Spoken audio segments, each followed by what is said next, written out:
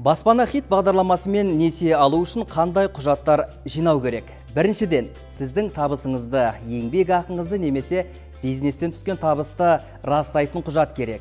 Екіншіден, сатып алатын жылжымайтын мүлікке құжаттар және сатып алатын пәтердің немесе үйдің құны бойынша тәуелсіз бағалаушының жасаған есебі қажет. Бұл бастапқы жарна көлемін есептеу үшін қажет.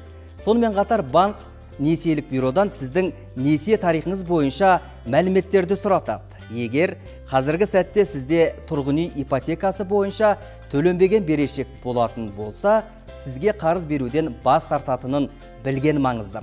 Естеріңізге салайын, үй 50 жылдан аспаған, қарыз мерзімі максимум 15 жыл, сыйақы мөлшерлемесі 11%. Айтқандай, баспана хит шарттарымен сіз бастапқы тұрғын үйді де, екінші дәрежелі үйді де сатып ала аласыз. Қандай жағдай болмасын, ипотеканы рәсімдеуден бұрын жаңа пәтердегі өміріңіз қуанышқа толы болу үшін көбірек зерделеңіз, сараптаңыз, өзіңіздің мүмкіндіктеріңізді нақты бағалаңыз.